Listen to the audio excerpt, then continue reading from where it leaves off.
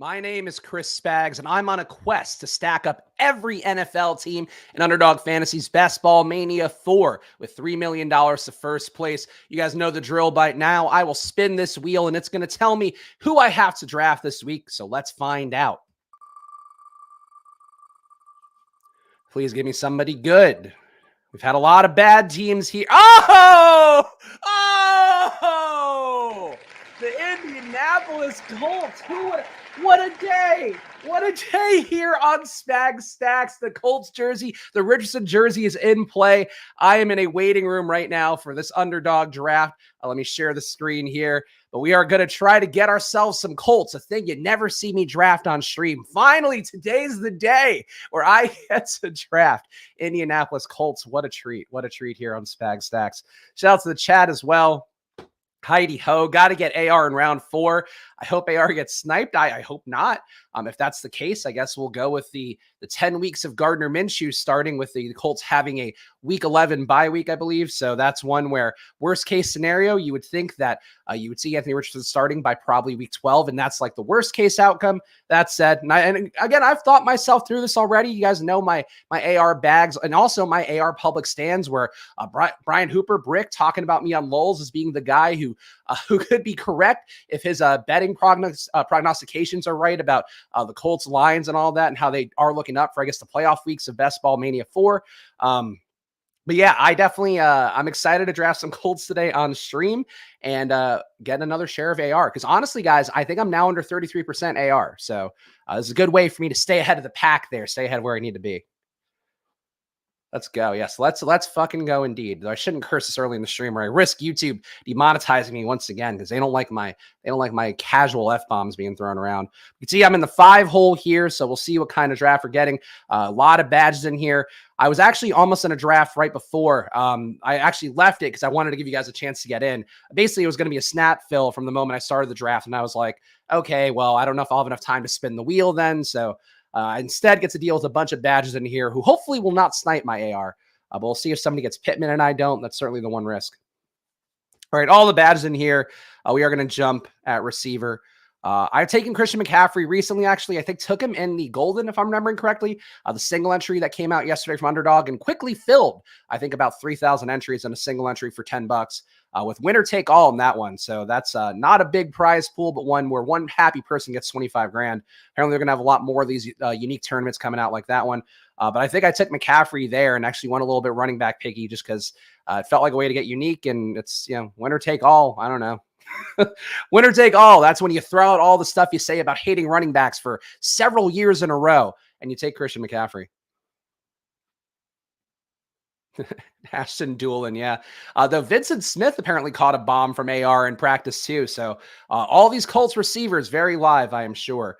You can see Alex Berg and MTM Revolt here swimming against the potential wide receiver avalanche. That can work out for a round, I think. If you start to wait more than that, it starts to get a little bit risky. We'll see how those guys do. Both guys pretty good drafters. So, might have a strategy here to take advantage of a wide receiver avalanche room like we are going to see today. Christian Watson looks great in camp. Cody says, yes, that has been something I've been delighted to see. Dobbs also looking pretty good too. Jaden Reed playing more with the second team, it sounds like so far, but he does kind of different things than Watson and Dobbs. But boy, these long plays that Watson is breaking every day make me feel good about him. Actually, currently my highest exposed BBM4 player right now, Christian Watson. So I'm hoping that ADP goes up because my average ADP is actually right now a little bit under where he's going. I think he's at 39 or something like that. And I'm at 40-ish. So I actually use the Fantasy Life Best Ball Hub, which is a pretty fun free tool out there if you're like me. And frankly, I don't have the freebies from Spike Week or Bricks, so I don't have a way to track my exposures as I'm going on. But the Spike Week tool is really good if you want to pay, I think, $30 a month, 25 a month. I don't want to misquote those guys. Definitely a great tool, but for free, the Fantasy Life Best Ball Hub is pretty great to just check your exposure, see where you have different configurations.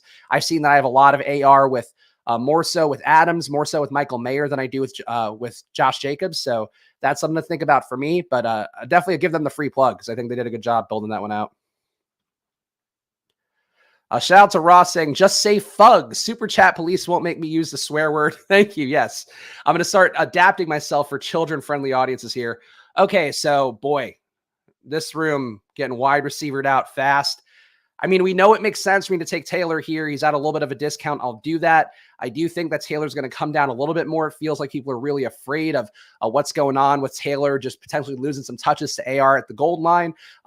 Obviously, that doesn't account for the fact that maybe AR doesn't start the year. Minshew could be out there and certainly be a guy that'll hand the ball off more. But it also doesn't account for the fact that if AR is really good and if things are working as well as they can in a Shane Steichen offense, it's going to be a lot of run pass option plays, which will really open things up for Taylor. So I think if he starts to go down, I'll be buying the dip personally a little bit. And you know me, guys, like I don't like drafting early running backs that much, but I think if Taylor goes behind Saquon, behind Chubb, I would feel pretty good about that. Best ball morning with our guy Spags. Yes, not best ball breakfast. That'd be a trademark infringement on Pete's bit. Best ball morning, though. We can completely use that one. It's like the big game for the Super Bowl. But yes, great way to start the day. Appreciate all you guys hanging out with me here. Fridays, always going to be the time where I hop on here and do some random stacks, banging out 2 drafts in a row on Fridays here at 11 a.m. East Coast time. So join along with me. It's a dreary, rainy day here in the suburbs of Philly. So I'm glad to be on here. You guys are my sunlight and frankly, also the ring light here. Making me look so pristine. That is the actual sunlight here. See what I get coming back. Does feel like we got it. Okay, so we got a running back pocket. We didn't reach for receiver because if I did reach for receiver, I probably would have taken DK Metcalf, but instead I will get him here at a normal 29 spot. And DK Metcalf is just this guy that I think is kind of a tier break. I'd rather have him than Ridley, rather have him than Debo. He and Cooper are a little bit closer than I think for me than probably for the public. But I do think DK Metcalf is one of those guys where if you're getting avalanched, I've taken Metcalf at 24, 25 before when you are in those avalanche rooms. Like it looked like this one was going to be.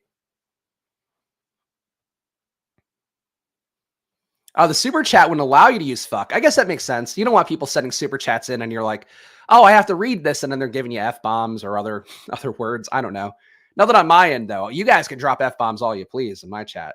No, only the one F-bomb, not the F-bomb we definitely don't say in June. That F-bomb, never. That one not allowed. Need Pittman. God, I have so much Pittman. But yeah, I've been actually trying to take AR sometimes without Pittman just because I do take so much Pittman that it does make me feel uncomfortable. Like I think Pittman's a good play. I don't know that he's like a 33% portfolio play. But obviously, if I believe in AR, I should believe in Pittman. I just wish Pittman were out there already. He's been really not practicing at all because he's had a hip injury and also had a child. So that's something that's been keeping him out of their Colts mini camp, which is now over. Hopefully he'll be out there. I think those guys are getting together. I know way too much about what's going on in Colts world, by the way. So if you're anybody out there is from Indianapolis, this is the best ball stream for you because I'm right there. Bob Kravitz got laid off of the Athletic Classic Indianapolis voice. I'm keeping up on everything, guys, but point being, those guys are all going to be thrown together, I guess, between mini camp and then when the actual training camp starts in July. So hopefully Pittman will go out there and be part of that group because it'd be nice to see him get the rapport. But apparently the Colts have always been putting Alec Pierce out there whenever Richardson is with any sort of grouping. So that's something too, where if you are a Pierce drafter, that connection is something they're forcing a lot right now just because Pittman isn't available.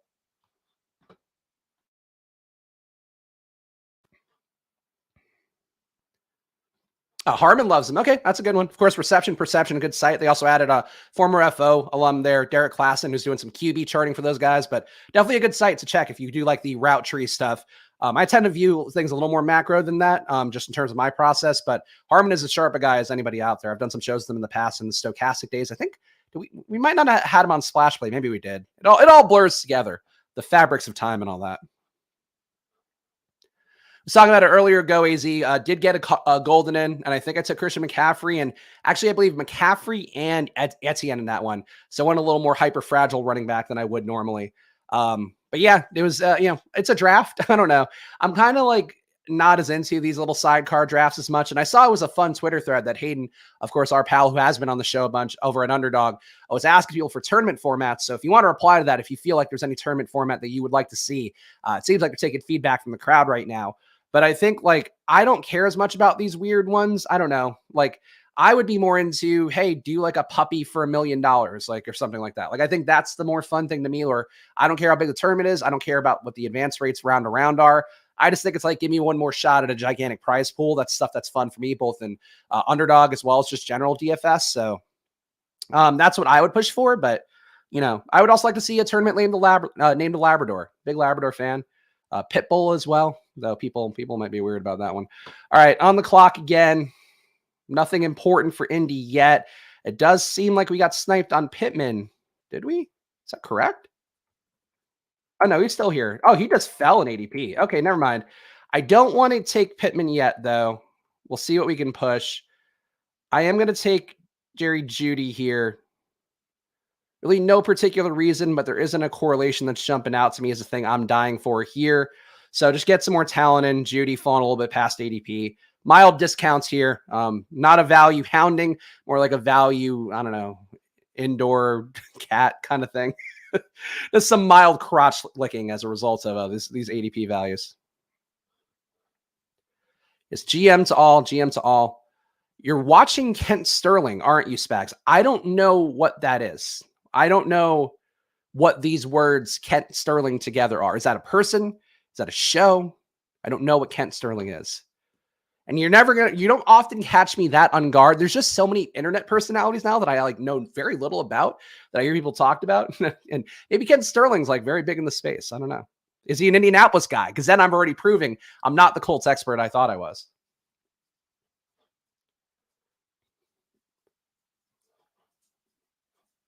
Please be good, AR. LOL. As a Colts fan, it's going to be a roller coaster couple of years. I mean, I don't think it's going to be a roller coaster. I think you got the best possible coach with the best possible QB for that offense. Yeah, there's a world where they could have gone CJ Stroud, but if that's the case, I'd rather see them. I mean, honestly, Shane Steichen, I think, can coach anybody. But I'd rather see them with more of a traditional pocket passer kind of built offense where the RPO, all the run kind of action that we saw last year in Philly, I think is going to be really good. The sneak stuff, I think, will be certainly there in Indianapolis as well. And Richardson should be even better at the sneaks than we did see Jalen Hurts last year. And Jalen Hurts got a lot of, no pun intended, a lot of sneaky value from the sneaks last year. So I think AR is going to have at least that stuff. And if he can get lucky with this passing, the thing to me is I view passing, and how it kind of adds up fantasy-wise a little bit differently, where I just want a guy who's going to take shots. I want a guy who's going to throw a lot of deep balls per game. Because even if he gets picked, some of those intermediate throws that he's been not that good at, definitely wasn't good at Florida, at least that there's a chance to have some upside on the other end of that, where, yeah, maybe he gets picked to drive, but if he throws you a 60-yard touchdown every, handful of quarters, that does start to make it up a little bit. And then you're also adding in, 50 to 100 rushing yards potentially in a game. That stuff starts to add up, I think, in a meaningful way. So whether you're an actual Colts fan, I don't know if they're going to be great in real life right away, but I think for fantasy, he'll be good to go. All right, let's get Pittman here. We're signaling it out. Put out the AR signal, guys. We got Taylor. We got Pittman. Logically, there's no way that we shouldn't get AR, but of course, this is a stream draft. Somebody could snipe me. I think this is a room mostly with regulars. I think I pretty much recognize all these names, so I think we should be okay to get AR here. The jersey, my beauty. My beauty.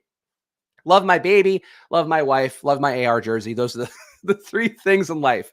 Dog and cat get bounced down a tier for the AR jersey. Ken Sterling's a Colts guy. All right, there we go. I was proven wrong. I only knew Bob Kravitz. That was the depth of my knowledge of beat reporters out there. There's a Zach guy, too, who's in The Athletic. I feel like I see the name come up. But I did not know Ken Sterling. I should have known. I should have fucking known. What about St. Elmo's, guys? How about a nice shrimp cocktail from St. Elmo's?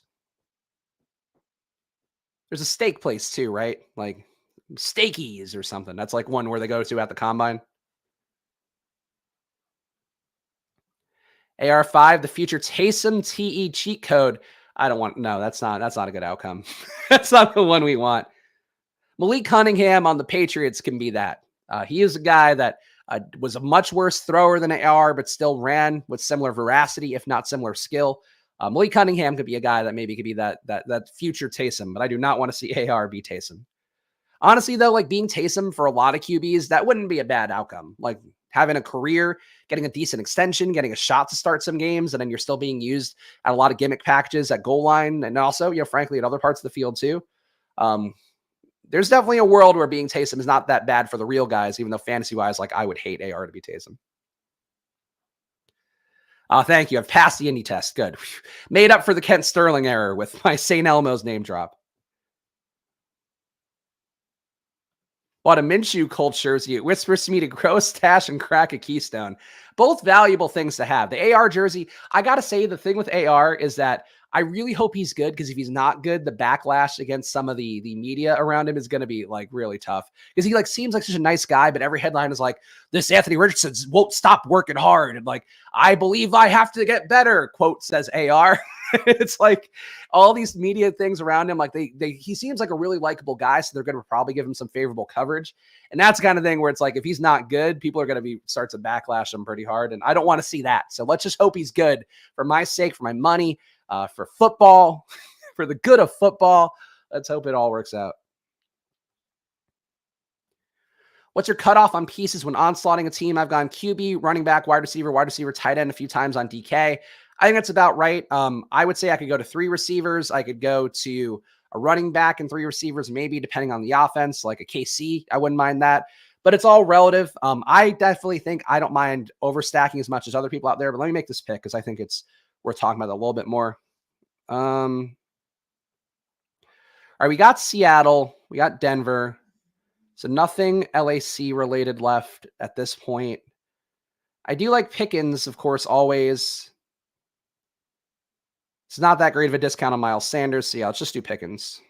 So Pickens correlates here for week 17 with DK Metcalf, and I always like a Seattle-Pittsburgh correlation, have a lot of those. But yeah, with overstacking, one thing I observed last year was some of the teams that I felt like were a little overstacky ended up doing better. A lot of my actual teams for the Bengals, I had a lot of Burrow teams overall, including my finalist team I've talked about in BBM3 that got there and then got killed by the Cincinnati Buffalo game at the end. But basically, like, I had overstacked the Bengals a little bit where I had Hurst, I had sometimes that double, sometimes Mixon, even Chris Evans and some. But I definitely overstacked the Bengals, and it ended up being a thing that was really positive for my team. So as long as you're making a bet on a team where their ADP aligns with them on overperforming over the course of the season, I think you're going to be good. I posted a team yesterday where I got a little bit of a value on Jalen Hurts, had a nice little Eagle stack, and I was basically correlating everything. So I had some Washington, San Francisco, and I thought, why not just go crazy about Washington? Because I did try to draft him on a stream a couple weeks ago. That didn't go quite as well in terms of overstacking him. But if they are going to be good this year, for Washington to be good, they basically need to take this Eric Bieniemy Kansas City offense and have that be what Washington is, whether it's a fractional amount or whatever. Like, Sam Howell's not going to be Patrick Mahomes. But if it can be that, there's probably a pathway for both for Dotson, for McLaurin, and also for Curtis Samuel, or Samuel and one of the running backs to beat their ADPs by a lot. So I think that's the kind of thing that I would say for stacking is that it has to be a team that's going to excel. Like, if you overstack the Titans and then they end up being even worse this year, that's the kind of thing that could actually, absolutely kill you. All right. Going to wait on AR.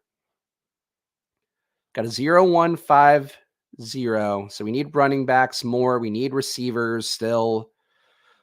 Really wish there was a nice value here to go to.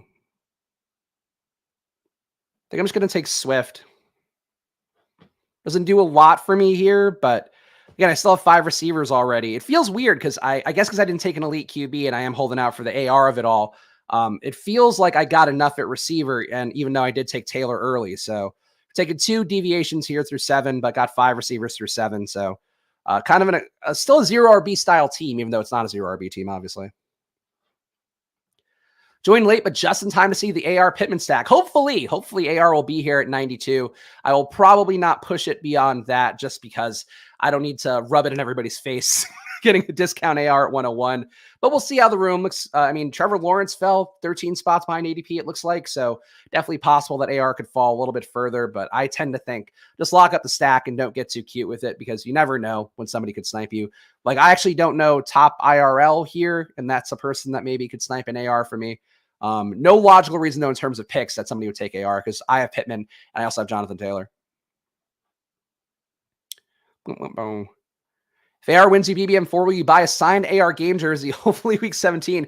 Probably not. I mean, I will continue to support the guy regardless of whether he kills me or not this year, just unless he kills me in such a way where I'm like, well, I guess that take was wrong.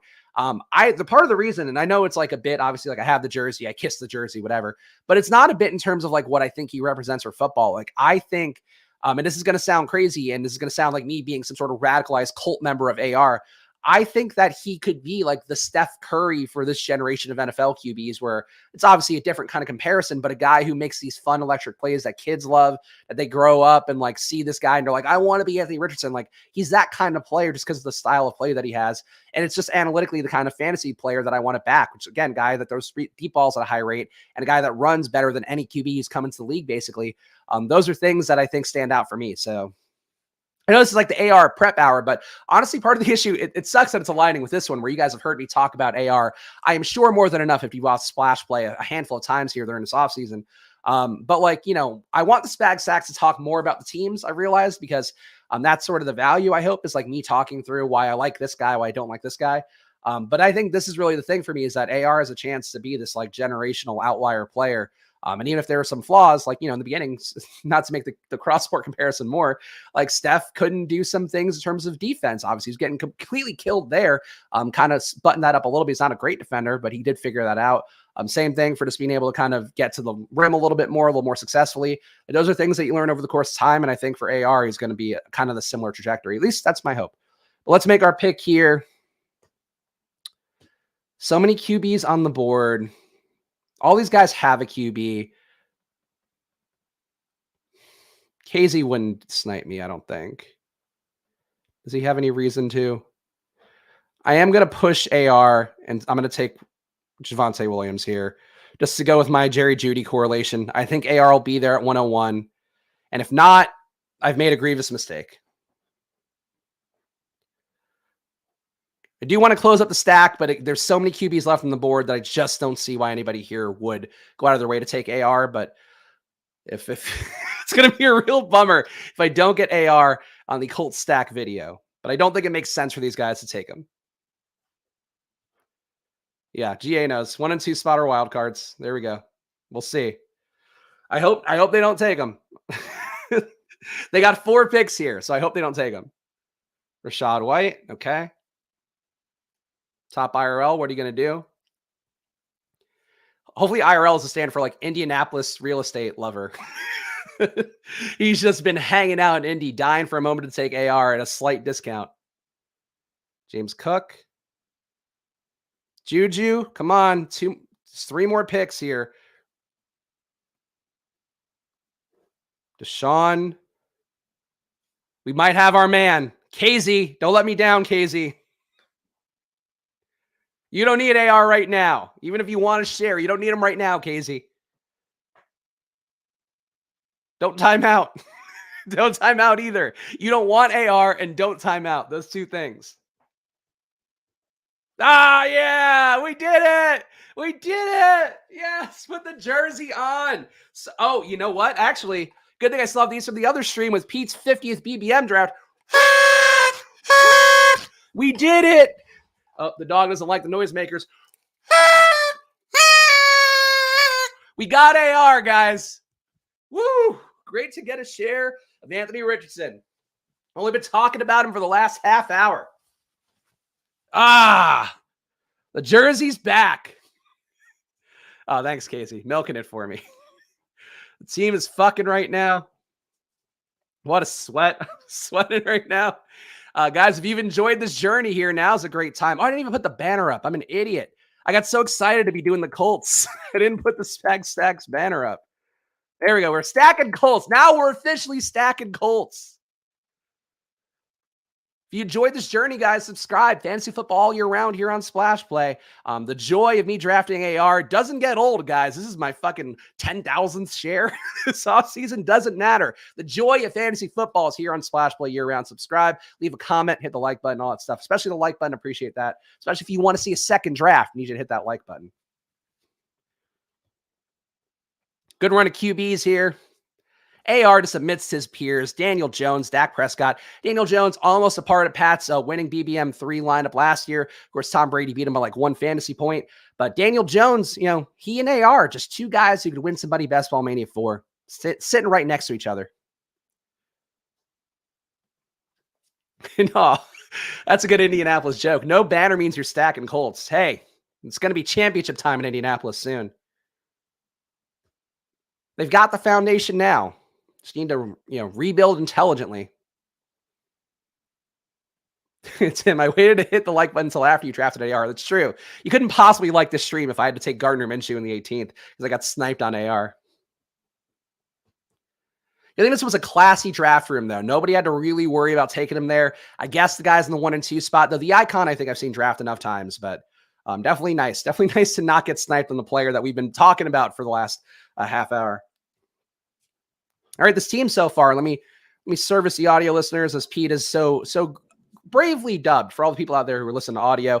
Anthony Richardson at QB, at running back, Jonathan Taylor, DeAndre Swift, Javonte Williams, wide receiver, Diggs, Metcalf, Jerry Jeudy, Michael Pittman, George Pickens, and no tight ends yet, but this is a pretty nice build. A little more running back forward, obviously, than I would normally go with if you watched my streams, but I think this team makes sense. I think it'll be a team that people, the casual people coming in who really need to see running backs on your team. I've got guys who are names here. So I feel pretty good about this group. The one thing you could say is like Javonte sometimes does fall a little bit more, but maybe that'll go away if he is a full health heading into training camp, as it seems like he's going to be.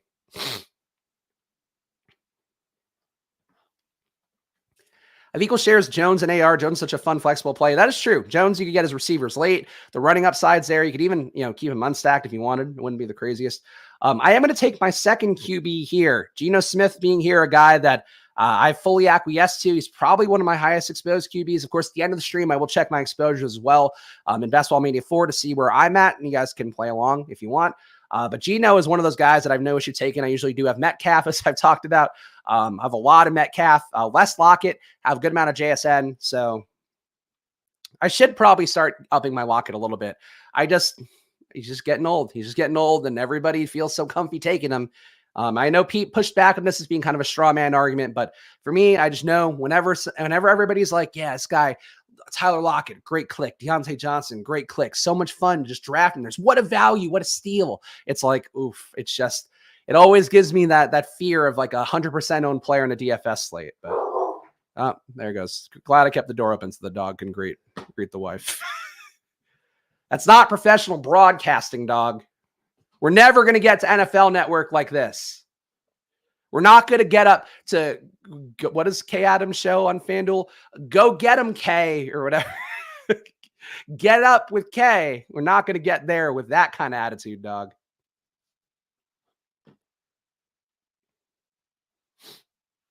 All right. Let's see what we got here. A lot of running backs, it looks like. Really no great correlations. I wonder if maybe I should have taken Jacoby Myers instead of Geno. That might have been a good thing to do. I could have probably gotten Myers and Geno for a little week 17 correlation, but that's fine. We'll get the usual Michael Mayer late, which I have no issue with. This is a good running back pocket, but I feel like receiver's going to fall off a cliff soon. So I'm going to take Sky Moore here. Yeah, once more Dobbs went, I don't know. Nico Collins, I don't mind. And Rashee Rice, I don't mind. But I think Sky's the best play out of all those guys. I will give my take again about Sky, just because it was a thing that was in the Athletic that I think a lot of people missed. Sky Moore was running with the wide receiver ones throughout the minicamp for KC as well as the OTAs. So definitely something where he is in a good role. And so is MVS. So two players that I think are a little bit undervalued relative to what their role is right now. We'll see if Rashee Rice can break out of that pack of wide receiver fours they have that include like Justin Ross and John Ross and all that. And I guess Richie James, though, he does kind of have a different archetype in terms of the player he is. But I think that's the kind of thing for me. Sky Moore undervalued right now, but I think he's honestly back in the 90s by the time that like mini camps, or excuse me, by the time that training camp starts. Just because the reports will be out there, he'll be running a lot of routes. If Kadarius Toney kind of gets dropped a little bit, maybe you see more come up. If you don't like Toney, though, you should like Sky Moore. Up and Adams, that's it. Up and Adams, where Kay and Shams have the greatest on-screen sexual tension since Jim Halpert and Pam Beasley. I have not watched that show. I have not watched much of the FanDuel network. I used to do some streams for the DK network, or streams, and that were actually also broadcast on whenever they're on some cable networks or whatever. All those shows to me are just so bad. Like I like that the sports books are trying to do that, but it's like they should be, not to obviously butter us up or anything, but they should be hiring people that have like their own followings and kind of have like, it's not just broadcasting people. It's like hire people that actually engage with the online stuff and also actually gamble and like play the stuff for real. But neither here nor there. Basically, I've not watched Up and Adams, which is why I thought it was called Go Get 'em K or Get It Up with K. That's a bonk. I fully deserve a bonk for that one. Where's the dog? Here, going to horny jail for Get It Up with K. Get It Up with K. Only on FanDuel. Honestly, that's what PointsBet does with Paige Spiranak, I guess. Get It Up with Paige. This is a fun way to say it from Carlos. K is just a beautiful, petite little thing. There we go. We've now objectified Kay Adams enough that I'll never get on NFL Network or the FanDuel Network now. Shams gets it up with Kay. Yeah. Can we just go back to the Hill Kelsey days where you didn't have to know what KC wide receivers to draft? I mean, that's the issue, is that, they really feel like you don't need the Tyreek Hill out there, and you think you can do the job with 4 different guys put together, which I think is the right way to do that in terms of like your team construction stuff. So I can't begrudge them. For fantasy though, it offers up opportunity, but also the risk of it all.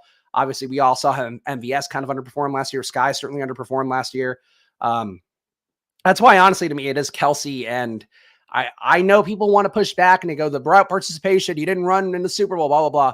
A full off season to get to know the game plan and all of that for Kadarius Toney, I think is very important. So I really, if I were going to choose 2 guys, and they're the highest ADP guys, but Kelsey and Toney, I think you actually can trust, but we'll see. All right. Jalen Warren goes, would have been nice to get him. Let's just grab Alec Pierce now. So we're at a 2-3-7-0. I think I know the tight ends I want to take, but I'll spare that. Honestly, you guys, I already said it. It's Michael Mayer. I want to take Michael Mayer as one of my tight ends. I wish that he's another guy that I really wish were out in OTAs and in minicamp, but he has not been. So that's the kind of thing where, as a rookie, you want these guys out there because then they kind of win some early impressions. They had a training camp with some momentum. They can win the job early on. Mayer can still certainly do that, but they do have Austin Hooper and OJ Howard there. But obviously for week 17, Mayer's fine, but you probably need, if you're drafting Mayer, just for safety, if you're drafting at this point of the year, I would take a tight end that is going to be playing for those first 6 weeks or whatever. Just because Mayer hasn't been out there enough, I think, to earn a starting job for week 1 yet. We shall see.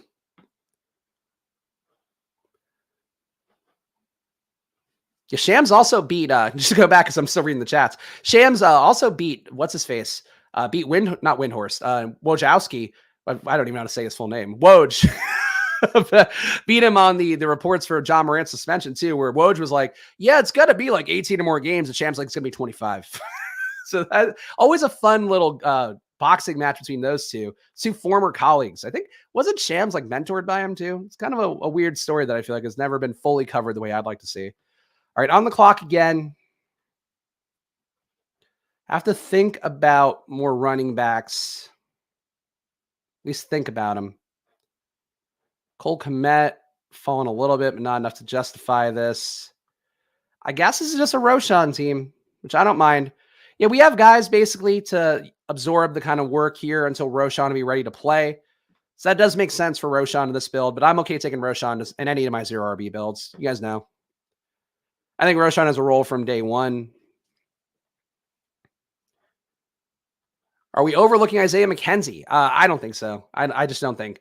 If he's out there, it's got to be at the expense of Josh Downs. And also, you have Pittman and Pierce, and Pierce should ascend a little bit more in target rate. And then Pittman is, the alpha target earner, whatever that means in Indianapolis. So I wouldn't think so. If McKenzie couldn't really get there for Buffalo, I don't know. He's kind of fancy Quez Watkins, I guess. If we're going to take this Eagles thing with Shane Steichen to the Colts, I think that would be the best you're hoping for out of him. Yeah. We just all got so excited for him on Buffalo last year. And he didn't do anything. He didn't stand out. And it's not like he had stiff competition there or anything. He ended up losing snaps to Cole Beasley when they brought him back at the end. So I don't know. I don't think McKenzie has a lot of juice personally. Great team so far, Specs. Thank you. Zamir White could get more usage this year from Vegas. It actually was an Athletic report. He's been running with the first team, obviously, because Josh Jacobs is holding out. He doesn't want to sign his franchise tag. And it does seem like he and Saquon and Dalvin Cook and also Dobbins, by the way, that's another thing where I mentioned it on the show with Pete on Tuesday. But Dobbins is officially a hold-in now. He wants a new contract, but he's been reporting. But those guys all want money, and it does feel like they're kind of working together to ensure that they get money. Or at least they've certainly talked about it as a running back community. So it's possible that those guys do hold out a little bit more, and Zamir White could be there in a real way. And Zamir White was a guy I had a lot of last year, but just ended up being mostly contingent value that didn't have any contingency because Jacobs was so healthy and good all year. But I think Zamir White is still viable. And honestly, Hassan Haskins, I know Tyjae Spears has the draft capital now, and he is a guy that did have some volume playing at Tulane, but he's still a guy that's small and doesn't have an ACL. So it's Hassan Haskins could be the guy that maybe is the Thunder to Tyjae Spears Lightning if something happened to Derrick Henry. So like, White and Haskins, I think, are two guys that I've thought in the back of my head, like, maybe I should draft them like here and there. Probably won't, but if something weird happens in training camp, like those guys could be massive ADP jumps somehow. Shams is Palpatine killing his mentor Woj in the middle of the night. Yeah. I mean, he definitely has gotten a lot more juice. I think it's just, the ability to relate to players a little more, being a little younger, being kind of out in the world more, I'm sure probably helps him relative to Woj, whereas Woj has always been kind of the agents guy, the one who they're willing to talk to, because they're trying to get their side of things out there. So definitely a different approach, and, player forward approach seems like a better way to do it for this kind of generation of players that know, like, they control the media narrative as much as they want to put stuff out there. I talked to my golden draft earlier. Actually, let me make sure, because I drafted a couple teams yesterday, and I think the one that I was talking about earlier is correct. But my golden team. Oh no, my golden team was Saquon and Travis Etienne. I did take a McCaffrey team yesterday. Be a Tua, Derek Carr at QB, Saquon, Etienne, Robinson, Elijah Mitchell, Mostert at running back, receiver Tyreek, Ayuk, Mike Evans, Dotson, Michael Thomas, Rondale, Hodgins, Marshall, Puka Nacua, and a tight end, Mark Andrews, and Juwan Johnson as my golden team. So I got some Miami Baltimore, which I always love to get. All right. 2470. Still nobody I need to take at this point. I'm just going to take another running back. I don't really see a reason why not to. I feel good at receiver. I honestly feel like, obviously, the tight ends are an important part that I have to do here. I'm saying obviously too much, which makes me feel like Tim Robinson in that opening sketch where he's looking at his phone. Obviously, I have all the medieval games and the dual games. I need to get tight ends in here, but I think I'm just going to spam that late. But like, this is a pretty good receiver core. Diggs, Metcalf, Judy, Pittman, Pickens, Sky Moore, Alec Pierce. Maybe I can take a Chase Brown to add on to this. If he's still around, I think he is. Yeah, I feel like that would be enough to complete this team, but I just don't think I need a lot more here. I'm ready to roll with this team as it is. You could bring on your 18 rounds. My 14 are enough to beat your 18. No chance. I did think one fun concept, though, I was talking about earlier with the Hayden asking for some pitches for different underdog tournaments. I couldn't think about what exactly it would be, and I just didn't feel like tweeting. But one where you got a bonus for your stacks, where if you have like a 5-man stack, you get like a 1.5x bonus. You have a 4-man stack, you get a 1.4x bonus. If you have a 3-man stack, a 1.3x. I think just to teach people like, oh yeah, you should be stacking more. I feel like it'd be instructive for the casual drafters out there, while also being kind of fun for those of us who already are correlating pretty well. But that would be my concept to tie that all together. That'd be my golden. That'd be my Labrador. The friendliest draft around, the Labrador. All right. What do we got here? Yeah, I mean, just got players that I feel like are all kind of flattened together.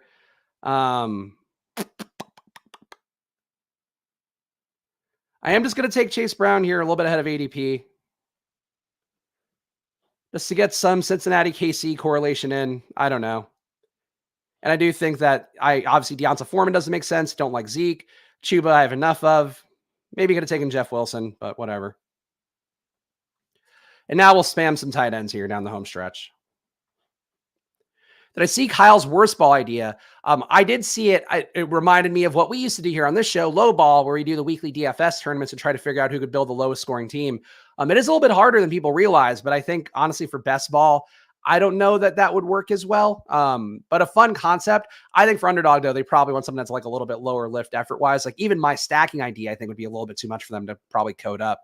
I think it's more for them. It's like structures and like, maybe different advance rate things, I think are probably the best thing. If you were going to pitch an idea, it's probably mostly around that of just like the advance rate stuff and structure.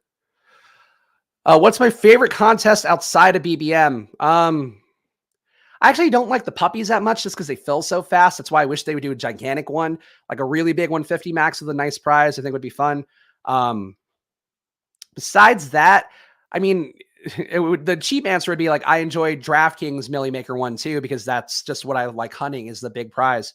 So it would probably be that, but the poodles I thought were manageable. I didn't do the chow chows. I just like, I have to be smart about my bankroll, especially because, as I've talked about, Football Outsider's been dealing with some payroll stuff. You've seen the articles about it potentially out there on some of the places, but being behind on payroll and also just like having only so much time in the world with a 1-year-old, or whatever, 15-month-old now, I just need to focus on BBM for the most part.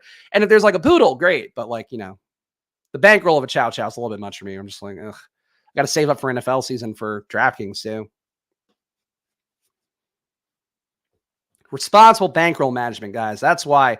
That is an important thing here. I will quickly, obviously use the promo code SPLASH Underdog if you want to double your deposit to $100, but heed the gambling info there. Please check that out. Make sure to not get ahead of your skis and all that stuff, because that's an important thing of this all, especially when you have obligations. You got a mortgage and all that shit. Don't put too much in when you can't afford it. Don't enter all 17 Chow Chows if you're trying to max BBM, that kind of thing. A full PPR draft, that might be possible. Honestly, I'd be curious to see that, because that would be fun, and I think would also fit the way that I draft, and a lot of us who watch these streams here on Splash Play draft a little bit more. So I think that'd be a pretty cool one. I have my 401k go into Underdog instead of Fidelity. There you go. That's one way to do bankroll management. You just go, hey, yeah, never mind. You know what? I could be investing in the markets. I'd rather go investing in the Chase Brown. I'd rather go investing in random stacks as I spin a wheel. What if they did a tourney with 3rd-round reversal, one of the small buy-ins? Man, you guys are getting real esoteric on this stuff. I guess that'd be interesting. I don't know. It just, like, the prize pool would have to be enough for me to justify the effort that goes into that. But that's also a me thing. I am going to take Gesicki here just to give myself a little bit of a floor at tight end, like we talked about. I'm going to take Michael Mayer, and I'm probably going to take Jelani Woods. I'm going to need to think about. Yeah, I'm going to need to think about the 3rd tight end I take, because I've talked about it. Jelani Woods missed all of minicamp and OTAs. Mo Alley Cox has been out there, but it's been Kylan Granson getting all the first team work. So I do think Kylan Granson is worth taking in some drafts, especially if you are like me and you just have AR with Jelani Woods everywhere.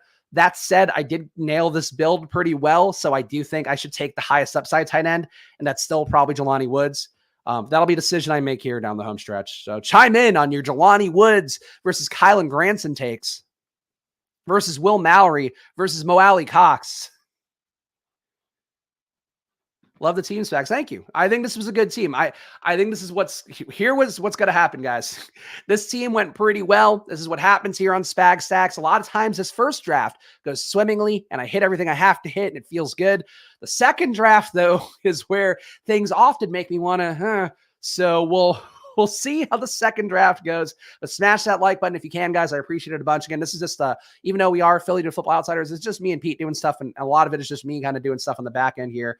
So help us out here as we try to grow this, and I try to make this into something viable for us moving forward. So please, again, subscribe, like, and all that stuff. We appreciate it. All right. On the clock. Michael Mayer still here. Done.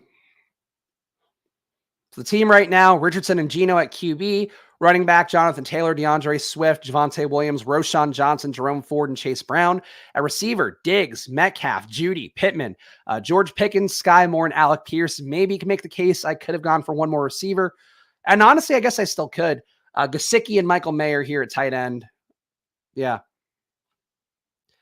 I think the receivers are good enough, and I spent early capital there, but I think I could go to 8 and it wouldn't be crazy.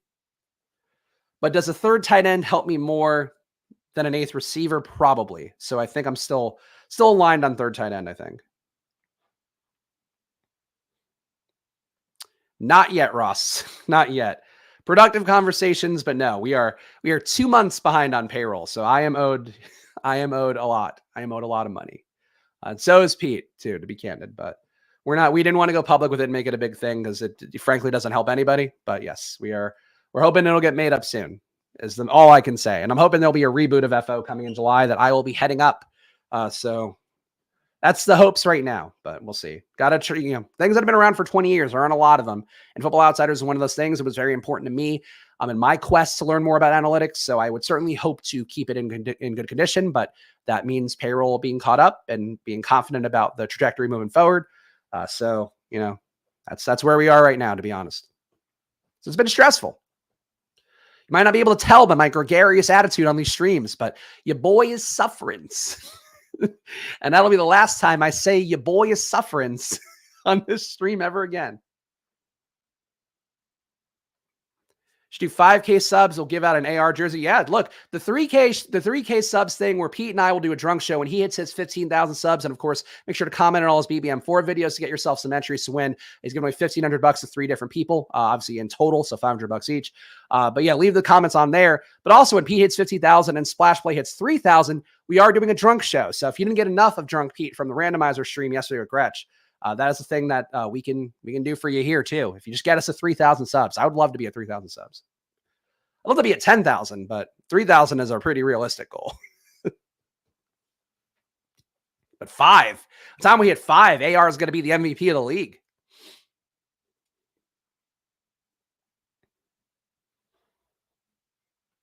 Let's see, we got one more pick here. All right. You know, Josh Downs is still available. This is a pretty cheap Josh Downs. Get the triple. I mean, I guess, yeah, the quadruple with Jonathan Taylor. This is a cheap Josh Downs. I'm going to do it. I'm going to do it, guys. I'm going to live a little, so to speak. So thin at tight end with Gesicki and Mayer, but I think these guys are both undervalued, and I think they're both going to come up over the course of camp, so I don't mind it. But yeah, final team here. Do I really need to read it again? I feel like I just read it. Audio listeners have been serviced. The team you just heard before, but then add on Josh Downs. That's me reading the team aloud. Let's see what these final picks do here. And we'll name it. We'll spin the wheel again. We'll do it. Do another draft, guys. Got to hit the goals here. I got to stack up every team before that first week of September. So we are going to keep going here with the doubleheader streams, and this will be another one. Am I prepared to get 6 points a week at tight end? Yes. Yes, I am. If you don't get Travis Kelce, that's the likelihood anyway, probably. But Gesicki, though, has been playing a lot. I don't know. If Juju's banged up as well, going to be a good thing for Gesicki, I think. And I don't have Juju in this lineup, so I don't mind it. But Gesicki, though, everything they've been saying, including quotes like Mac Jones is talking about to the media, a lot of 2 tight end sets, including Gesicki and Hunter Henry. So I think both those guys are very draftable. All right, we are done. Let me just name it. I guess I'll do one final reading. I don't know. I feel unprofessional now because Pete said this, not doing a final reading. Spags, Stacks, End, and Seattle. A little bit of Seattle. All right. We got Richardson and Geno at QB, Jonathan Taylor, DeAndre Swift, Javonte Williams, Roshan Johnson, Jerome Ford, and Chase Brown at running back. At receiver, Diggs, Metcalf, Judy, Pittman, Pickens, Moore, Pierce, Josh Downs. And a tight end, Gesicki and Michael Mayer combining for 6 points a week. There we go. All right, let's switch back to the wheel. Let's find out who I'm drafting next. Boop. Took the Colts out, right? Yeah. Okay, Jaguars. Another solid team. Another AFC South team. An AFC South theme here today. So let's do that in a moment. Let me update the banner. I am also in the waiting room for anybody who wants to draft with me in Ball Mania 4. Let me switch the screen over and then I'll change the banner. Waiting for 5 people right now so you can play with me on Underdog. $3 million to first place in Ball Mania 4. Great place to play. Great UX. Great fun with your friends on Underdog Fantasy. And now we are in Jaguar season. I really feel like I've stacked the Jaguars recently on stream, but we'll be doing it again today, I guess. Has not been on a SPAGS stack. I know because I remove the teams each time. It's been the one thing I'm sure of. But I have 22 teams left to hit on SPAGS stacks. So that's like 11 more weeks. And I'll be off the first week of July in Puerto Rico, showing my little son his 1/16th heritage, my 1/8 heritage. Besides that, though, I think we're right on pace to complete all of our stacks by the time Ball Mania 4 closes. Vamos Jaguares. Yes, indeed. That's what we say in Puerto Rico. Can we get an appearance by the pup? She is a big dog. Is she still here? Hey, Penny. Pen pal. Come here, girl. She's also 13 years old, so she is not moving. She, to be clear, alive, but not coming over right now. Penny, you want to come here? Come here, girl. Come here. Don't just look at me. Come on. Come here, Pen. Come on, Pen. The entire stream is going to be me saying, come on, Pen. Good thing I'm in the 12 hole, guys. Come on, Pen. Touch. Touch. Touch. Touch. This is going to work, guys. This is going to work. Come here, Pen. Come up. Come up. Come on. No, she doesn't think she can get up. All right. I swear to God, we've come this far. Oh, she's also knocking things around. Hold on. Pen pal, come here.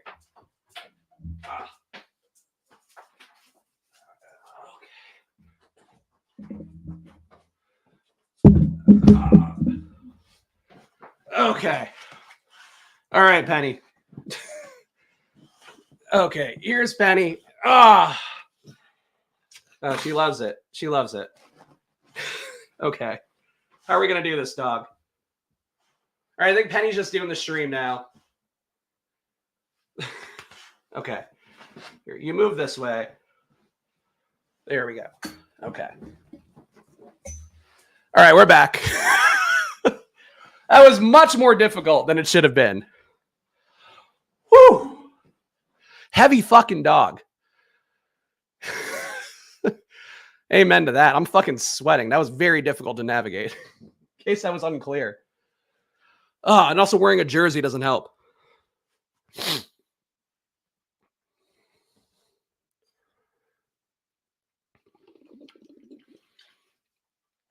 All right.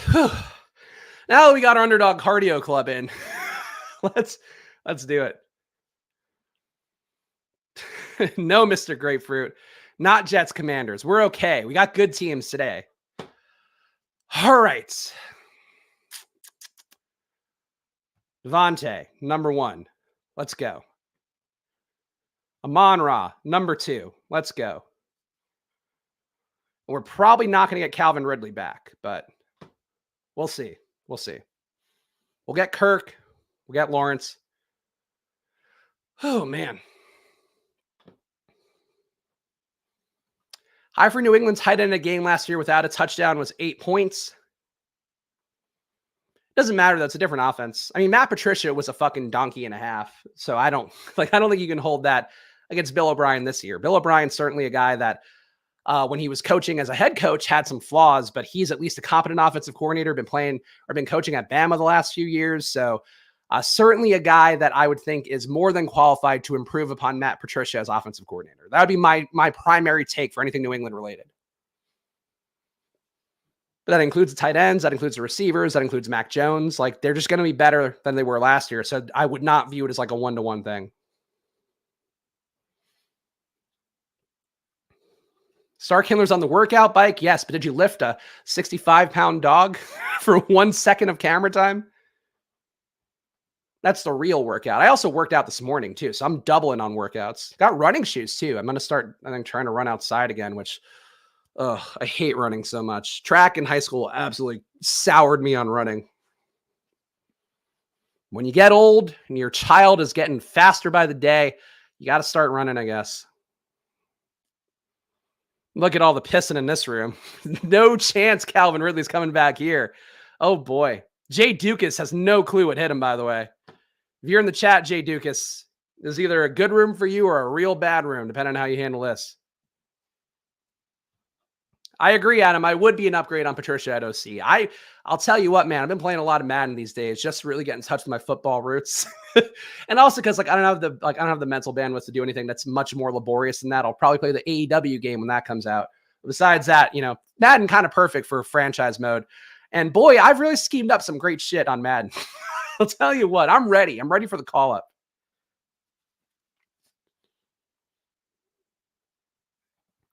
Yeah, and Matthew, the thing too, like, I love the way Tate the run. As you get older, I think you just got to do both. So, Pete and I talk, like, Pete turned 36 this week. I had 38, turned 39 in October. So, when you have a kid and all that shit, like, you probably got to do both just to keep ahead of the curve and all that. So, we'll see. We'll see. I wish, like, I need to just play basketball more. Like, I have a basketball hoop and I just don't play every day. That'd be a good thing to do too. We'll see. I want to be a running guy so bad. I saw Pete and Leone just having a great time, breaking a sweat on ship chasing. Jay Dukas is putting himself behind the 8 ball, man. Speaking of running, he's running back heavy here. Woo. I'm an Xbox guy through and through, CLN. That is my thing. I have supported Xbox from day one. Actually got a free Xbox initially because that was when I had my site, guys. We were getting all the PR hookups back then. So I had a free Xbox. Then also, I guess my Xbox too was a gift from my wife, Alex. So I'm just a free Xbox guy in particular. But I think the 360 I did have to pay for though. But yeah, so I've been big on it. I even love the Kinect. The Kinect was really fun, like the voice thing that you could talk to your Xbox and make it like turn on the TV. That was when I was in like my very single days. It'd be like, Xbox, turn on TV. And they'd be like, whoa, what kind of future man are you? And it's like, no, I'm just a guy with an Xbox Kinect. That'd be the ad I would do. Calvin Ridley goes at 31, but we expected that with the wide receiver avalanche. Keenan Allen going at 30. That might be a misclick by our guy Star Kindler as he's working out.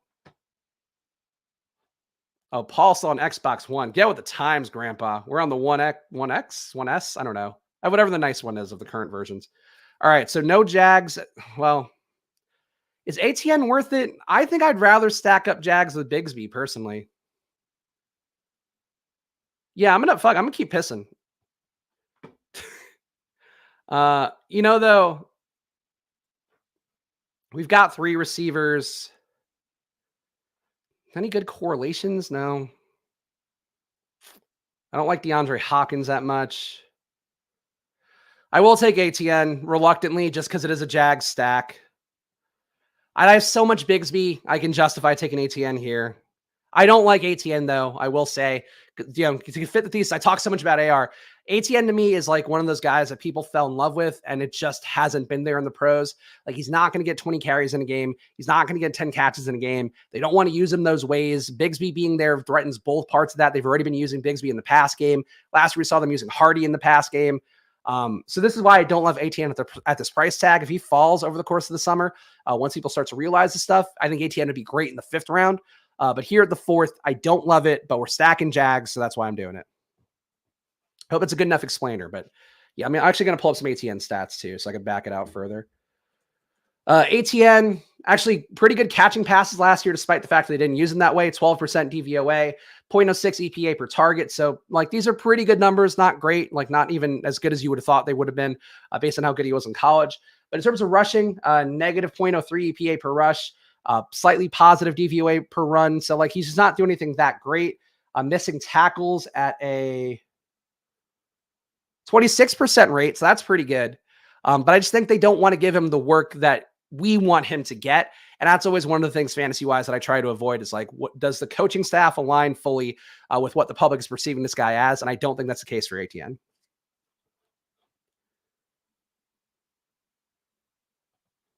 You probably had to reach on Kirk. That is also probably true. Yeah, Kirk goes at 45. So now both these guys are threats. Yeah. We'll see. We'll see who wants Trevor Lawrence more then. Augurai Lopez. Yeah, I guess I should have reached for Kirk. God, taking Kirk at 37 would have felt awful. I'm glad I didn't do that. This might be one of those stacks, those SPAGS stacks where I don't get the QB. That hasn't happened yet. But it's possible because I didn't get Kirk, and I wasn't going to reach fucking 10 spots for Kirk.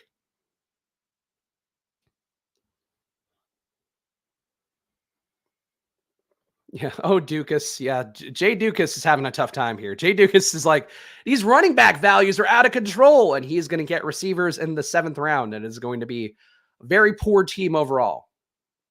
This is not the way as Pete's talked about, and I've asked him, and I think he's given some really good explainers about in our streams. 5 running backs here to start when people are going heavy receiver. You are not going to dig out of that hole. It is just it's a bad way to draft teams. It doesn't mean he's not smart, doesn't mean whatever. But it's one of those things where it might feel good to you if you're coming into a Ball Mania 4 and you're seeing all these running back values, but you're going to get crushed at receiver so bad. In a draft where, people are reaching for receivers so heavy, you're going to end up with Jacoby Myers, wide receiver 1. It's not going to be enough to win. He's gone rogue.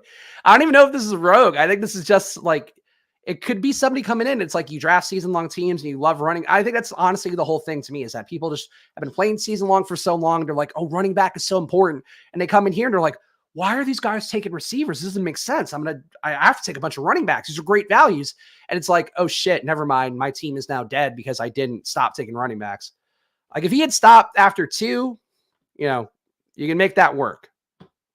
Value McCaffrey, a value Taylor, even Jacobs, maybe, but then Najee, Aaron, like it's just too much. These guys aren't even big discounts at this point. All right, we're on the clock. Trevor Lawrence is one of the picks. Fuck you guys. Fuck you guys and your Jacksonville receivers. I don't care. Let's get weird correlation here. I do think this is a pretty good receiver spot. I'm going to take Miles Sanders. Let's get weird. So we're fully correlating for week 17 here, Carolina and Jacksonville. ATN and Sanders. I might regret not getting receivers there, but I probably will regret not getting receivers there, but we're doing a Jags stack. So God damn it. We have to take ATN, who I don't like. We have to take Trevor Lawrence ahead of ADP, even though he falls everywhere. And we have to take Miles Sanders because of the week 17 correlation. Done and done. Simple as that. This team has a weird feel to it. I gotta say, weird mouth feel. Trevor Lawrence at QB, running back ATN and Sanders, receiver Adams, Amon-Ra, Christian Watson. It sucks too because logically, and I didn't want to take Colts again. I didn't want to subject you guys to that. I should have taken Pittman there probably, right?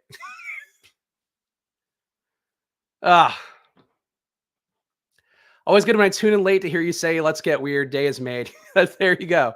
One thing you can be sure of here on a Spags Friday stream, things will get weird at some point. When in doubt. People undervaluing the number 1 overall pick duel in week 17. That's true. Week 17 correlation seems like an overvalued thing, but if it's a coin flip, then I guess. I don't think it's overvalued. I think that's, if you're reaching everywhere for it, yes, because you're just putting yourself in configurations that are less advantageous than the people who let the correlation fall to them. But I don't like building teams without correlation. Like I don't think that's the right way to do it. If you're trying to win it all at the end, which for me is priority number 1. I obviously want to advance as many teams as possible, but I care the most about having teams that can win in week 17. And I think that's, there's one thing that worked for me last year was, obviously independent of a game not going off and just probably not having a points, even if that game did go off. But still, like, that's still to me the way to build. And it was what was on the winning team. Like it was what was on Pat's team, correlating Carolina, Tampa Bay, correlating New England and Buffalo, or New England and Miami.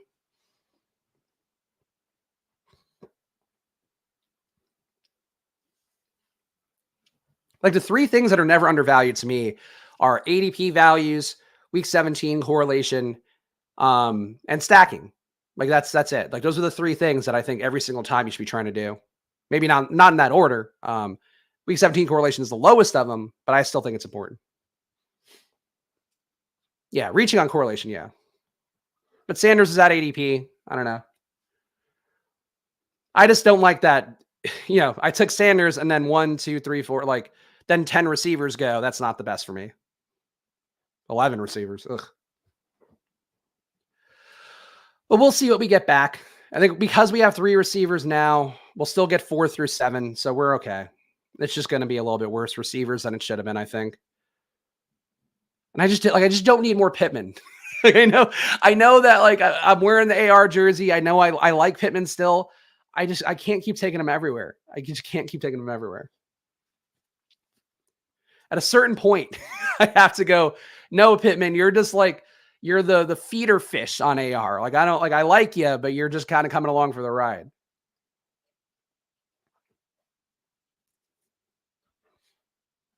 Feel you miss out on value by going into predetermined into what team stacks you're going for? I absolutely do.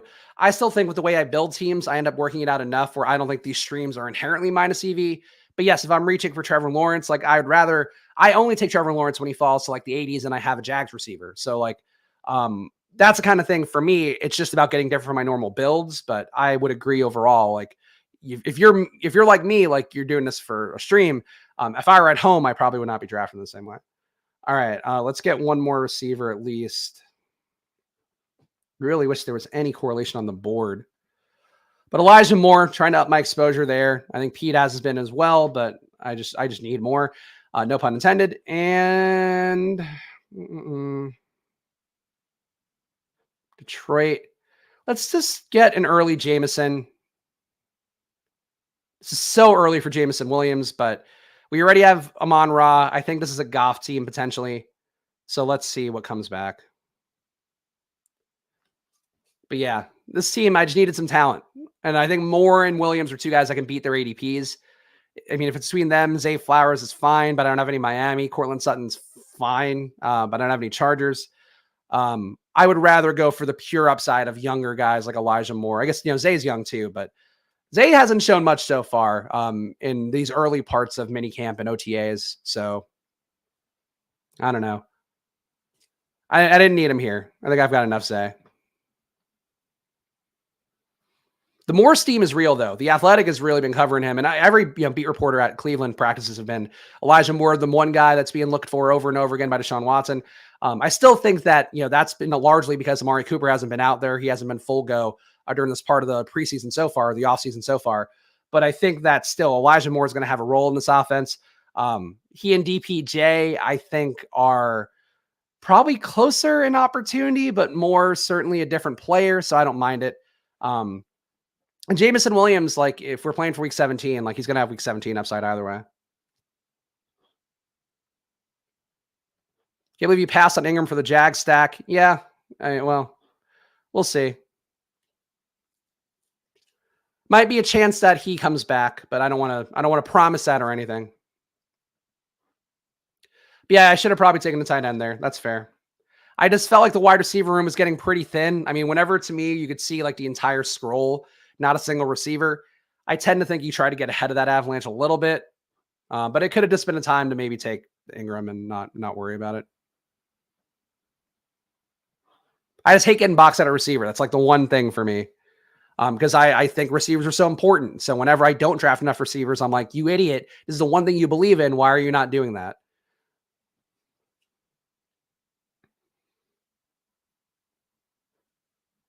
Zero wide receivers, 3 is bold. Yeah, Jay Dukas is just playing a different game than all of us here. He does have AR stacked with Jonathan Taylor, though, so he's got that going for him. Ingram goes to this guy with, I mean, whatever. Again, the second, I warned you guys, the second draft, it's always just like, oh, God, why? Why is this the team that we ended up with? The Jag stack, though, at least this time we have the QB and we have a running back. Who he doesn't ever throw passes to. So that's a positive for us here. But yeah, the pockets did not line up well. I should have reached for Ingram, I guess.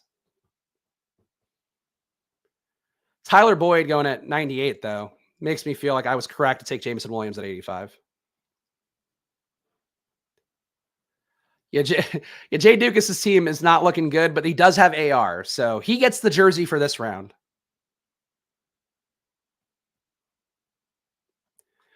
I've noticed we both agree on Steelers stacks. Pickett is favorable games during weeks of elite QB bye weeks. I think Pickett's fine. I think the issue I have with Pickett is there's so, well, I guess it's actually a positive. So many people take Pickett unstacked. I've realized, like, even people who send me screenshots like, hey, how'd this team do? They'll take Pickett unstacked sometimes just because, like, they need a second QB and they miss out on that run, basically. So I think that a stacked Pickett is actually probably even more valuable just because of that. And that's small sample size stuff. But whenever I notice things enough over a small sample size of me seeing things, whether it be tweeted screenshots, whether people sending me things and asking for a team review, and to be clear, I don't want to do more of those. So, like, don't feel free like you have to send me your screenshots. That said, though, a lot of unstacked Pickett out there. So I do think if you have him, especially double stacked with Johnson and Pickens, or Pickens and Freiermuth, I think that looks pretty good because people just think Pickett is like an unstacked guy, and he's one of the least unstacked guys out there. If he's going to be good this year, it's because he created value for multiple pass catchers. He can run a little bit, but like the unstacked guys like our Daniel Jones, our AR, our Fields, those are the guys that can get points and aren't necessarily going to create big games for receivers to get those points. Pickett has to create big games to get those points. So if you're taking an unstacked Pickett, you're making a mistake.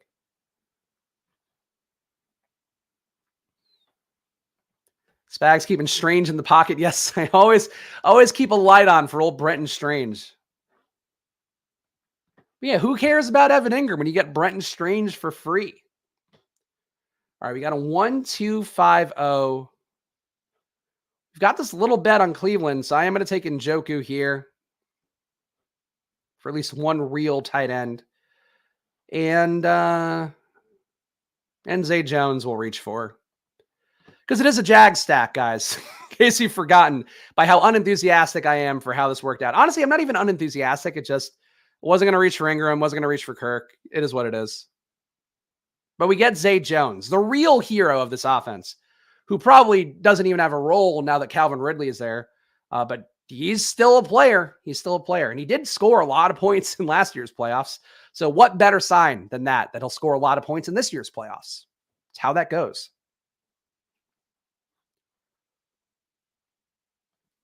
Are we asking this question is this an ironic question? To sum it up best, and there's an article on Football Outsiders. You go to the website, it's still the first article there because we've been in our little work stoppage point. You can read an entire article about it there on the homepage spot, the great fantasy football debate of Anthony Richardson or something like that. I forget what the title is. But basically, he runs better than any QB who's ever come into the league. He throws the ball deep at a high rate. And he's better in the in-between areas and people realize he was just kind of forced into bad situations in college. So that sums it up best. Read the article, though, if you want to know the whole take. Charbonnet RB1. Charbonnet, excuse me. I said it the wrong way, but because you spelled it that way, it threw me off. Charbonnet. It's supposed to be pronounced like the wine. I love him as the start to a 0 RB build. I think he's starting to go a little bit later, so maybe you want a little more security there to start with. Maybe start with this Rashad Penny going to 96 shouldn't be a thing. Start with this Javonte Williams area, maybe for your RB1. But I think Charbonnet still is a guy that I don't mind being the RB1 in a 0 RB build. The draft capital's there. I think he's better than Kenneth Walker. He does a little bit of everything as well. So there is a chance that he can hold off Kenny McIntosh in the pass game work. And I guess DJ Dallas is still there as well. He does enough of everything that I think Charbonnet should have a role from day one. And he should probably be the goal line back from day one too, just based on his size and the fact that Walker wasn't that great, when he did have those opportunities, but we'll see. I know people love Walker. I just would rather have Charbonnet. And I'd take some 18th round Kenny McIntosh because he's had enough positive reviews from Pete Carroll so far, and being a pass game back in that offense that does pass a pretty good rate. I wouldn't mind that either. But there's also room for Walker and Charbonnet to both get there. I would just rather have the guys 50 picks later, and I think grades out a little better to me.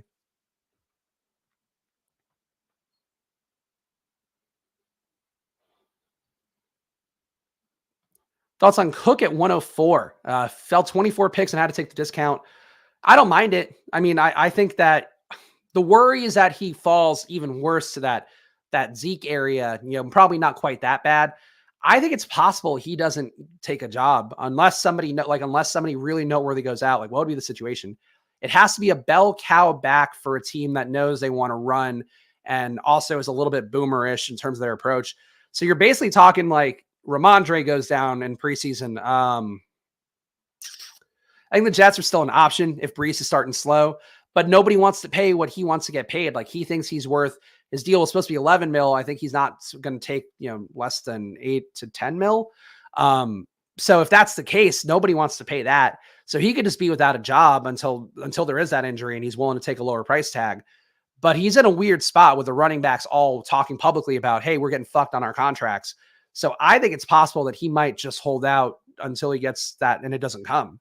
I don't know, but that would be my fear, but it's still a good value. In terms of just pure ADP, people were taking Dalvin in the 60s at one point, in the start of BBM. So I think in that relative to that, you can't pass him up. I just think he still poses risk no matter what ADP. Dalvin Cook or James Cook. I'm talking about Dalvin with this one. James Cook, I have no issue with. James Cook is fine. I think he loses some work to Damian Harris, but he's still the younger back, better pass game guy.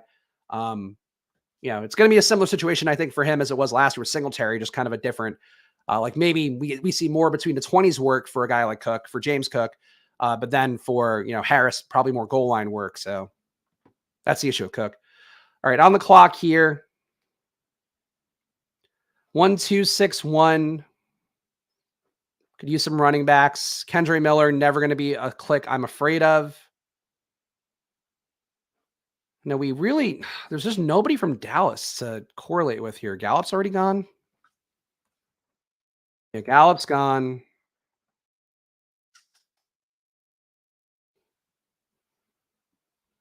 Let's get another Carolina bring back with Mingo. And then I think we're going to be done at receiver.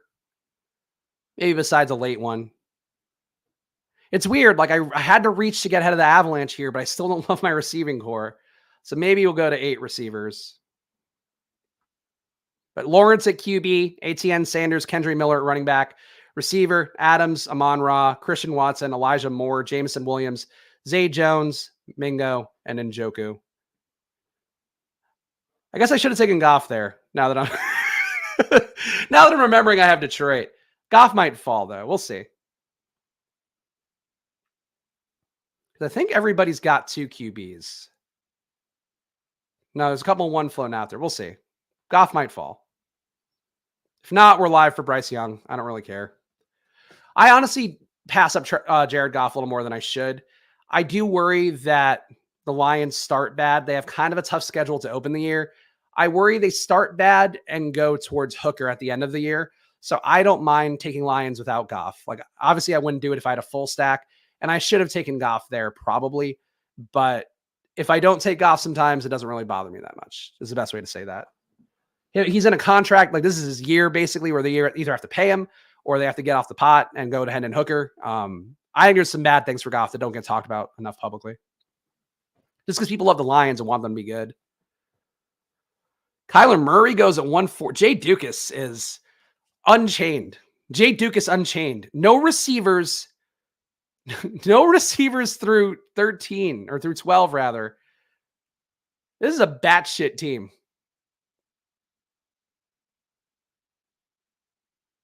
It's funny, though, because this was such a wide receiver avalanche room, it didn't actually help the room at all. Which is a very funny thing how that works. It only takes one to ruin the will of the collective room. Kendra is Adam, boy, you're killing me. Some of these takes today, bud. Kendra is one of my favorite players, one of Pete's favorite players. Maybe, we could be wrong about it, but he's young. He did miss another guy. If we are going to talk about some of these guys having some red flags from the minicamp and OTA portion of things, Kendra didn't go from that because he's still banged up. I think he tore his MCL in the championship game, I think, if I'm remembering correctly, but somewhere around that range tore his MCL. So he has not necessarily been able to show off what he can do. That said, I do think that he is the kind of player that I'm willing to still, take the Flyers on and hope that he can get there for the time week 17 rolls around. But he might not be there for week 1 if he does have a slow start to training camp. I don't think that's necessarily true. He's also got a high avoided tackle rate. He has a lot of the metrics that you're looking for. I haven't looked up his RAS score recently, but it's him versus Jamal Williams, who has no juice left, and Alvin Kamara, who's quickly depleting in juice. So you have to compare it to the guys that are there, not to your platonic ideals. And he also is I'll pull up the numbers. Kendra, 30% avoided tackle rate in college, positive EPA player, running and catching the ball. Actually pretty good against 8-man boxes as well, despite the fact that he's not a huge guy. 21% avoided tackle rate there. He fits everything that I would look for in a back that could actually be useful.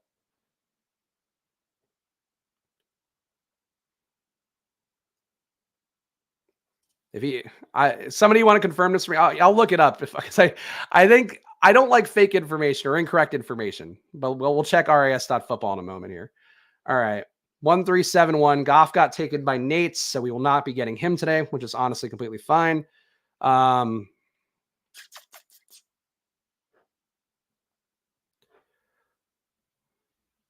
still going to take Sam Laporta, even though we didn't get Goff. I wanted Goff to fall, so I did miss him initially, and I was like, fuck it. If he falls, this will work out really well. And I thought I would take Goff and Laporta in one burst, but this also is pretty fine. So we still have our Detroit stack there. And we need more running backs. Definitely a little thin there still. Jerome Ford, I think, works with this build. Another guy who we're hoping has a bigger role by week 17, though. It does feel like he'll have some role in week 1, so I don't mind that.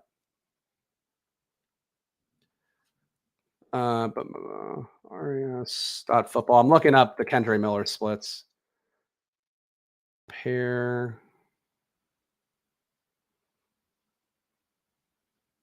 Kendra Miller.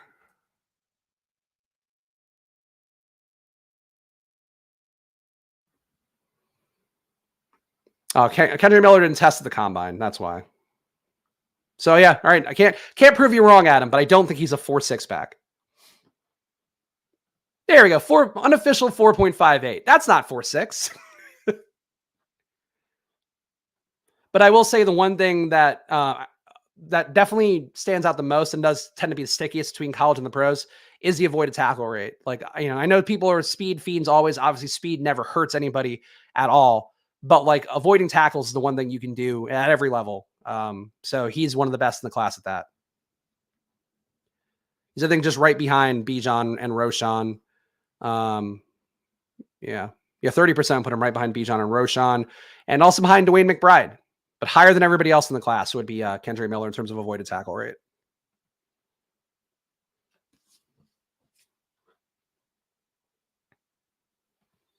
Reminds me of a Michael Turner. I mean, Michael Turner, I don't like, he's still a back that would work in this generation. It's just relative to the coaching whims. Like Michael Turner worked because his coaches gave him 20 to 30 touches a game that first year when he signed the contract moving to Atlanta.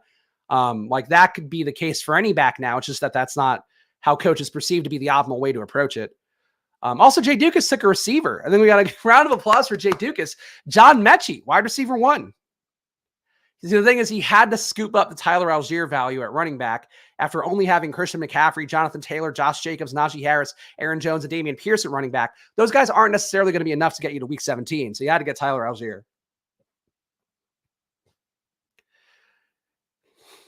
This Jay Dukas team, I got to say, guys, we've had some bad teams drafted on stream. This might be the worst. This might be the worst out of all of them. And I don't think it's a deliberately bad team. I don't think this person is building in a way that's meant to be bad. And I'm trying to be nicer to people because sometimes these people, I'll make fun of their teams, then they'll come in a chat and be really mad and give me down votes. Like happened last week. Somebody disliked the video a handful of times from the same accounts or connected accounts rather. So that was fun for me. And I'm pretty sure that was the guy who got very mad that we were like, your team is stupid and shit on the stream. I say we, like, because we're all part of it, right? We're all together.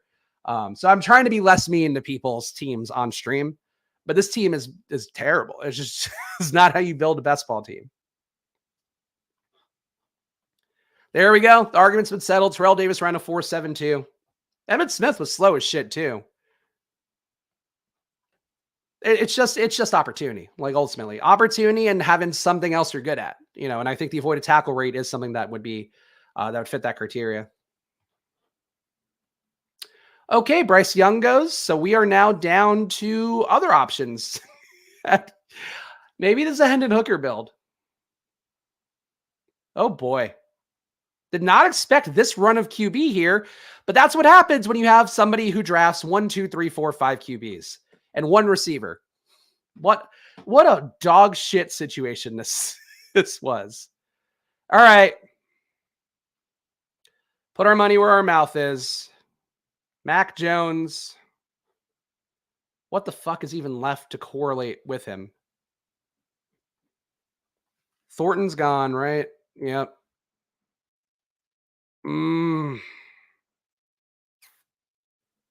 Fuck. Oh, I hate this room. I'm going to take a running back here and I'll figure out what else. Mac Jones with Kendrick Bourne. Kendrick Bourne looking good in OTAs and minicamp. Mac Jones correlated with Hunter Henry, though I do want to take Bretton Strange still. That run at QB, that was infuriating. Jay Dukas, 1 receiver and said, nah, I need a 5th QB. If this is how you want to use your $25, more power to you, I guess. Just every time, guys, if there's anything, like, what are the unwritten laws of life? Or not unwritten laws of life. Death, taxes, and then somebody fucking up a second draft for me on these streams. Could have left with the positive vibes of AR going, yeah, man, AR, great Colts draft. Everybody thinks the team is sick. Coming here trying to draft Jags. Everybody takes the receivers. This guy takes fucking 5 QBs and 17 running backs. He took more players at positions than there are actual rounds in the draft somehow. I do have Devontae Parker. Yes, this could be a late Devontae Parker. The Jags stack with Mac Jones, Devontae Parker, and Kendrick Bourne.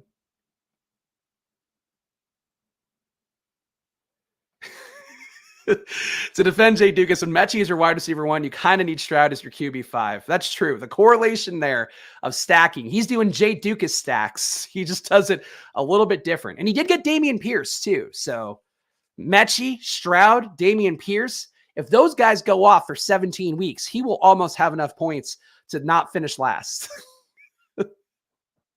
Unbelievable. This is one of the worst. This is one of the worst teams. This is because you know what, too? Like the bad teams usually don't affect everybody else's building in a room. He found a way to do that.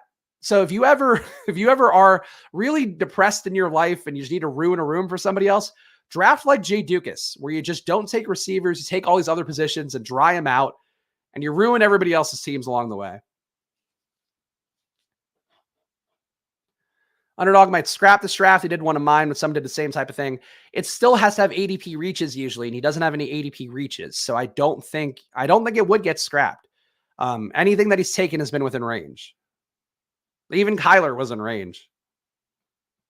Who knows? Maybe we'll get this thrown out and I'll get a freebie and I won't even know about it. Nonetheless, and honestly, it'd be good if this one got thrown out. I've got Jag stacks.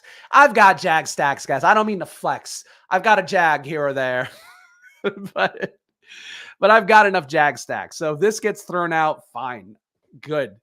So be it. I think it's going to make him take the receivers here. Here we go. We're getting other people in the drafts here. Oh, wait, Short Gamer. Wait, are you in the? Yeah, you're in the draft. Yeah, everybody here in the draft agreeing. Just throw the draft out. Terrace Marshall, Darius Slayton, all my 18th round guys going early too. I just don't get how the room worked out this way. I think it's just that he took too many running backs and QBs. We all took too many receivers. And then in the middle is just shit. So this is actually a very, very unique draft you're seeing here. I know it wasn't what we would call good by the traditional sense, or a well-crafted team, or worth the effort of creating content. That said, this is a very unique room you're not going to see a lot of.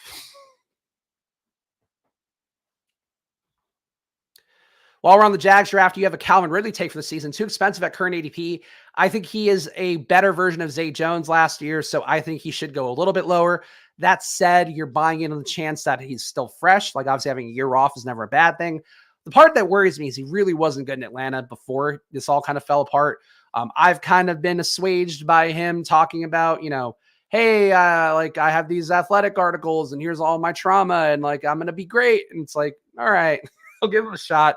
But I do think there's reason to have some concern. I'm still taking him, but he's not like a guy I go to my way for. And that's why, too, I think that Metcalf is a teardrop because I just don't have that confidence level in Ridley. I have more confidence in Cooper than I do Ridley, personally. All right. Let's see what Patriots we can get. Can't even get Pierre Strong. What a draft. Oh, okay. Ty Montgomery. Let's do that.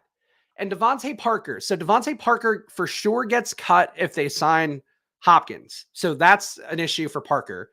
Kendrick Bourne, I think, is on the roster regardless. But also, we could take Kevin Harris and get really weird and get a sixth running back, which I wouldn't mind because I think we've got enough receivers now. I also wish Ty Montgomery were just a running back. I am going to take Kevin Harris here. My first Kevin Harris share would have been Pierre Strong, but he's gone.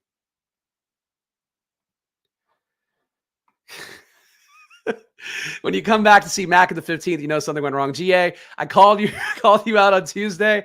You have very accurate chat by you. Things went a little bit askew here. And it really began with this run right here that just took away every option that was available to make this clean. But we all had to scrap at that point. I get it. Should have been JJ Taylor, roll the clip. Unfortunately, I don't have access to the ship chasing clips, but that's why I have to take Kevin Harris. I have to plant my flag for Kevin Harris because those guys claim JJ Taylor. Timeout the new Taysom. Yeah, there we go. That's oof. Timeout is a player who seems like he'll be more involved than he probably should be. Short Gamer taking Chris Rodriguez. I do like that pick, especially if you have any Washington. Okay, you don't have any Washington, but I still like the pick. I think Chris Rodriguez is now officially worth going in the end of drafts. Though Kareem Hunt apparently talking to the Commanders, which would upset everything there. That said, I don't think Kareem Hunt, Like, he doesn't take the whole role. He just takes enough of everybody's role to make it just dog shit. So for the people out there who are right now handcuffing that Commander's backfield and taking both backs, taking both Robinson and taking Gibson, you are potentially in a bad spot if Kareem Hunt goes there. So something to keep in mind if you are one of those people, because I've not been one of those people. I think you take Robinson in a draft, you take Gibson in another draft sometimes, like that's fine. I've never been a guy who thinks you should take both backs. If they sign Kareem Hunt and you took both backs, that team is in dire straits.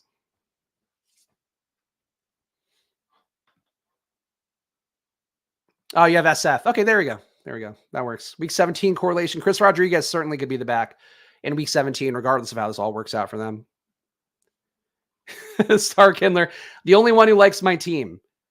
Well, that's because you got ahead of the Avalanche a little bit by taking early Keenan Allen. So you just took a price on your situation and then stacked it up and made it work for you. So I think that was smart. And a triple stack too with Quentin Johnson. Yeah, I could see why Star Kindler does like his team. Wish you'd gotten Javonte. I love getting Javonte as a bring back on a Charger stack. But yeah, that's a good team. You made it work for you.